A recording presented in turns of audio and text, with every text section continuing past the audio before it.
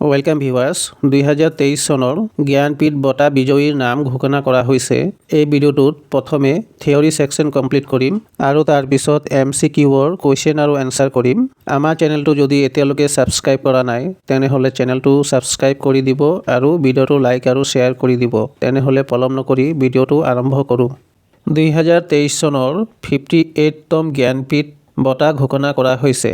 এই বঁটা সংস্কৃত ভাষাৰ বাবে জগতগুৰু ৰাম ভদ্ৰাচাৰ্য আৰু উৰ্দু ভাষাৰ বাবে বিখ্যাত গীতকাৰ গুলজাৰক প্ৰদান কৰা হ'ব। জগতগুৰু ৰাম ভদ্ৰাচাৰ্য হৈছে উত্তৰ প্ৰদেশৰ বাসিন্দা। তেওঁ হৈছে এগৰাকী ভাৰতীয় বহুভাষী কবি, লেখক, দাৰ্শনিক, গায়ক, নাট্যকাৰ আৰু কথাশিল্পী।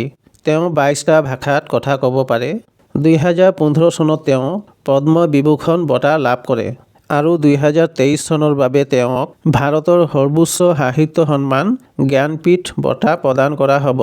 দ্বিতীয়জন ব্যক্তি 2023 চনৰ 58তম জ্ঞানপীঠ বঁটা প্ৰদান কৰা হ'ব গুলজাৰক। তেওঁ 2002 চনত উৰ্দুৰ বাবে সাহিত্য অকাডেমী বঁটা লাভ কৰে। 2004 চনত পদ্মভূষণ বঁটা লাভ কৰে। 2008 চনত অস্কাৰ বঁটা লাভ কৰে। 2010 চনত গ্ৰেমী বঁটা লাভ কৰে আৰু 2013 চনত দাদা চাহেব ফাল্কে বঁটা লাভ কৰে। এতিয়া জ্ঞানপীঠ বঁটাৰ বিষয়ে কিছুমান গুৰুত্বপূৰ্ণ তথ্য ডিসকাস কৰি লওঁ। জ্ঞানপীঠ বঁটা হৈছে দেশৰ সৰ্বোচ্চ সাহিত্য সন্মান। এই বঁটা কেৱল ভাৰতীয় লেখকসকলক প্ৰদান কৰা হয়। এই বঁটা 1961 চনত আৰম্ভ কৰা হৈছিল। প্ৰথমবাৰৰ বাবে এই বঁটা 1965 চনত প্ৰদান কৰা হৈছিল।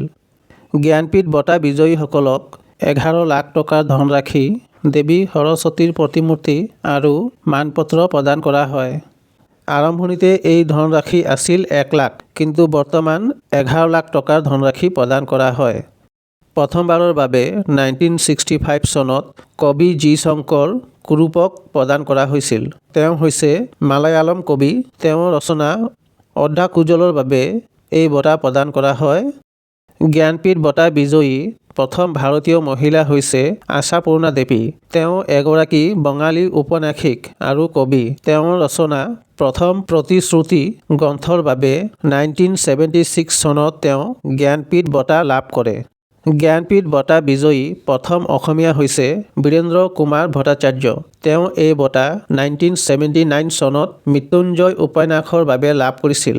তেওঁ 1961 চনত সাহিত্য অকাডেমী বঁটা লাভ কৰে।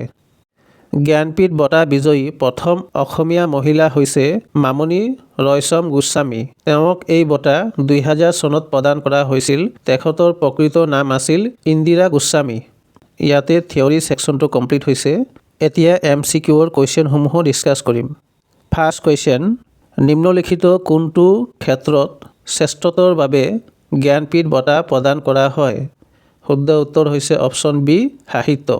নেক্সট কোৱেশ্চন, জ্ঞানপীঠ বঁটা কেতিয়াৰ পৰা প্ৰদান কৰা হয়?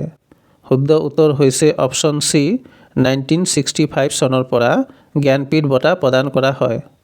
নেক্সট কোৱেশ্চন, 2023 চনৰ 58তম জ্ঞানপীঠ বঁটা কোনজন ব্যক্তিক প্ৰদান কৰা হৈছে?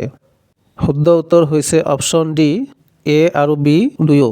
2023 চনৰ 58তম জ্ঞানপীঠ বঁটা প্ৰদান কৰা হয় গুলজাৰ আৰু জগতগুৰু ৰাম ভদ্ৰাচাৰ্যক। গুলজাৰক উৰ্দু ভাষাৰ বাবে জ্ঞানপীঠ বঁটা প্ৰদান কৰা হৈছে আৰু জগতগুৰু ৰাম ভদ্ৰাচাৰ্যক সংস্কৃত ভাষাৰ বাবে জ্ঞানপীঠ বঁটা প্ৰদান কৰা হৈছে। উৰ্দু ভাষাত এতিয়ালৈকে পঞ্চমবাৰ জ্ঞানপীঠ বঁটা প্ৰদান কৰা হৈছে আৰু সংস্কৃত ভাষাত এতিয়ালৈকে দ্বিতীয়বাৰ জ্ঞানপীঠ বঁটা প্ৰদান কৰা হৈছে। নেক্সট কুৱেশ্চন, জ্ঞানপীঠ বঁটা বিজয়ী প্ৰথম গৰাকী ভাৰতীয় নাম কি? শুদ্ধ উত্তৰ হৈছে option A, G Shankar Kurup. তেওঁ এই বঁটা লাভ কৰে 1965 চনত তেওঁৰ ৰচনা অৰ্ধাকুজলৰ বাবে। নেক্সট কুৱেশ্চন, জ্ঞানপীঠ বঁটা বিজয়ী প্ৰথমগৰাকী ভাৰতীয় মহিলাৰ নাম কি? শুদ্ধ উত্তৰ হৈছে অপশ্যন বি, আশাপূৰ্ণা দেৱী।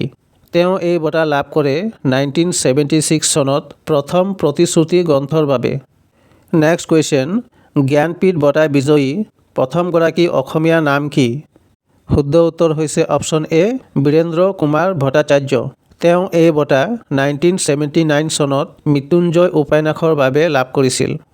নেক্সট কুৱেশ্যন, জ্ঞানপীঠ বঁটা বিজয়ী প্ৰথমগৰাকী অসমীয়া মহিলাৰ নাম কি? শুদ্ধ উত্তৰ হৈছে option C, Mamoni Raisom Goswami. Next question, Jnanpith বঁটা বিজয়ী প্ৰথম সংস্কৃত লেখক কোন? শুদ্ধ উত্তৰ হৈছে অপশ্যন চি, সত্যব্ৰত শাস্ত্ৰী। তেওঁ এই বঁটা 2006 চনত লাভ কৰিছিল। সংস্কৃত ভাষাত জ্ঞানপীঠ বঁটা লাভ কৰা প্ৰথম ব্যক্তি হৈছে সত্যব্ৰত শাস্ত্ৰী আৰু দ্বিতীয়গৰাকী ব্যক্তি হৈছে জগতগুৰু ৰাম ভদ্ৰাচাৰ্য।